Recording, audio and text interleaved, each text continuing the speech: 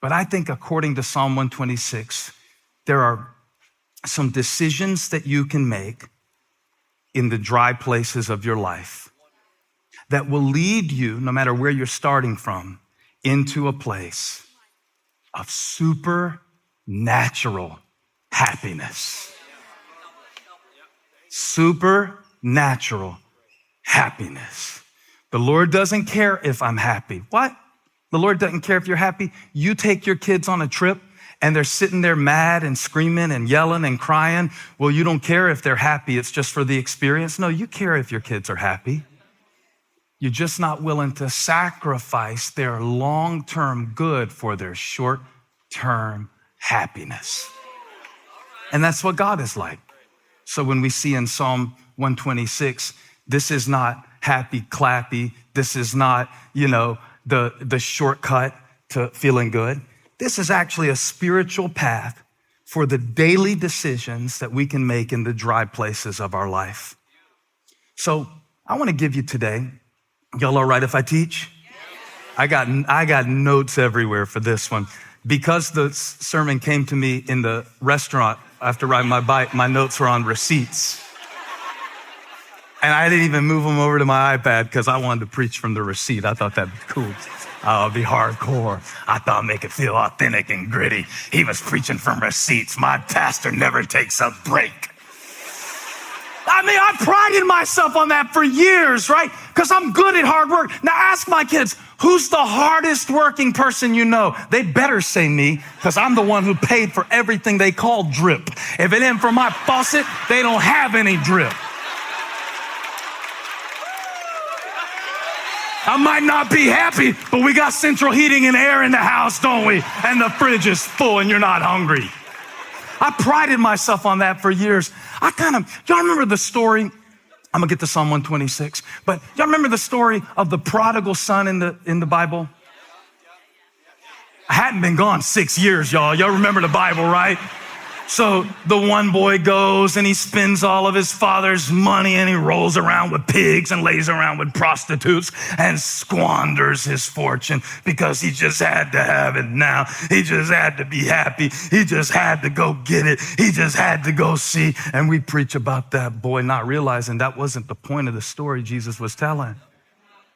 It was his older brother back home who was home but not happy.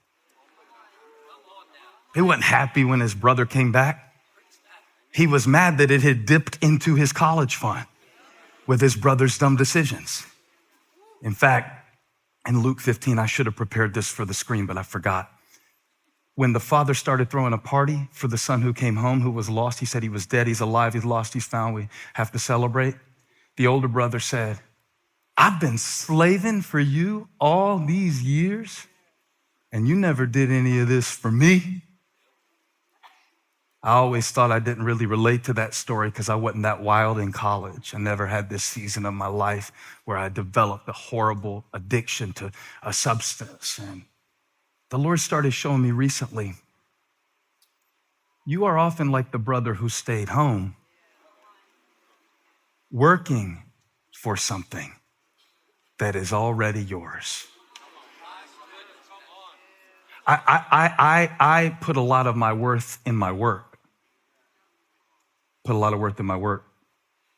I remember many times when we were starting in the ministry thinking, if I get there, I will be happy. Legitimate. Real. One of my buddies has a church here in the area, and he had 2,000 people coming. I remember going to see him one time. Now, at this point in our church, we had 20 people, not 20,000, 20 people. Like that row. And 5 of them were the same ones that are there right now. I'd be happy if I had 2,000. And since we're taking a psalm of ascent and we're talking about the lament within the psalm, I want to point the fact out that you can be on your way up and still have to deal with being down. Like, watch it in the text. Watch it in the text. I want to ground this thought in the text so you don't think I'm off on a tangent here. Instead of talking about truth, I'm talking about feelings. No, watch it. He said, when the Lord restored the fortunes of Zion, we were like those who dream. We were shocked. They have been in Babylon for almost 50 years, and God brought them back. They have been captives in a strange land for almost 50 years.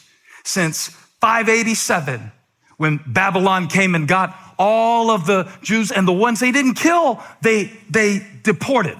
And the ones that they deported, they detained. And for 50 years, the people of God had to live in the patterns of Babylon. But now we see that they have been brought back. That's what he means when the Lord, put verse 1 up there again. When the Lord restored the fortunes of Zion. This is a past tense event that he's remembering. When the Lord brought us back, we were shocked. We couldn't believe it had actually happened. It had been so long since we had expected this result that when we actually experienced it, it didn't even feel real. Sometimes you can't even be settled into your own blessing because you have gotten so adjusted to a negative experience. This is it. This is it. This is a decision that you have to make in the dry places of your life if you to really be lastingly happy. Somebody say lasting happy. Supernatural happy. What the Bible says, joy unspeakable and full of glory in the Holy Ghost. Holy Ghost happy. Jesus joy. The world didn't give it, and the world can't take it away. Your boyfriend didn't give it, and your boyfriend can't take it away. Your ex sure didn't give it, and your ex can't take it away. Situational happiness has no interest in the kingdom of God. It is too cheap, and Jesus paid too much for me to need for my life to be going a certain way, to feel a certain way. So part of the process of coming to church and listening to sermons and having your mind conform not to the patterns of this world, but transform to have a new mind is this decision. Write this down. You ready? Negative is not my normal. Negative is not my normal. Help me, holy angels of God. I feel like a hypocrite saying that. Because honestly, my first view of a situation, and I need you to raise your hand if you're like me because I feel awfully lonely up here. I don't even have a collar on this jacket to keep me company up here. I feel all alone with y'all looking at me so judgmental right now. My first instinct in a situation is to see vulnerabilities, liabilities, and even sometimes hypothetical liabilities. Oh, I am a creative finder of things to fear and dread. Y'all pray for Holly, the happiest person that I know. This is what she has to live with. I came by some of it honestly. I was born into a family called the human race. My first parent, Adam, he screwed up real bad. He had the whole thing on lock, walking around with plenty to eat and no clothes on, and a woman that he said was very good, and he had to have an apple. That was my first father. So I came by this. I can't really be too hard on myself because the Bible says that all have sinned and fall short of the glory of God. The prophet Jeremiah took it further and said that the heart is deceitfully wicked above all else. Who can know it? That's why I had you tell your neighbor, I don't know you. I don't know you like that. I don't know what you cry about behind all that clapping that you do when we're in church together. I don't know you like that. And really, it takes a while before you know yourself well enough to ask the question, do your patterns match your prayers? Psalm 126 is not only a song, it's a prayer, it's a petition. Lord, restore to us the fortunes of Zion. Lord, restore our fortunes. Lord, restore us to the state that we were intended for. Now, I want to make this clear, if you are a Christian, that it is not normal for you to be ruled by the same cynicism that you see seething from this angry world.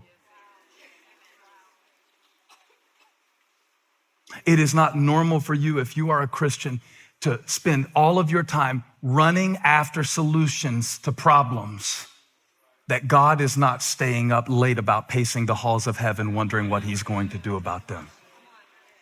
Furthermore, for those of you who might have grown up in an atmosphere, in a family, or in an environment where you say, like, everything was pessimism, how I grew up. Well, you know what? That might have been your background. That might be your default setting, but it is not your destiny in Christ. Hey, spoiler alert. That's why I named the church Elevation. Because I think you're going up. Because I think if Christ is seated in heavenly places, you are not going to spend all your days down here on this earth wallowing around in stuff that God has called you to win over. I don't believe it. I'm not settling for it. And I'm not going to be the older son like standing around going, well, God, I'm serving you and it sucks, but one day in heaven I'll get wings and sing and play harps and then I'll be happy. You won't be happy playing a harp. We're not supposed to be happy till we get to heaven. Well, if heaven is happy and they let you in with that attitude, it won't be happy once you get there. So you're not going, because it would ruin the whole program. Negative, say it. Negative is not my normal. No. It might be natural, but it's not normal. Not for a believer. Because my Bible says, if anyone is in Christ, he is a new creation. That means I've got a new nature. That means the way I wake up in the morning doesn't determine how I walk through the day. I got to get my mind right, my heart right. How many of y'all are over 40? Wave at me real quick. How many of y'all have to stretch before your maximum capacity could be achieved?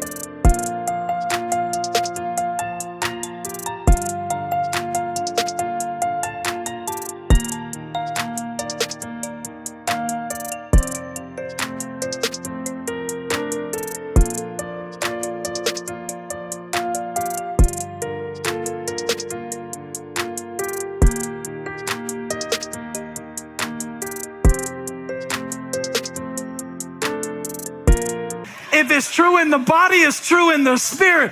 You really wake up in the morning and consult how you feel in your mind to see what kind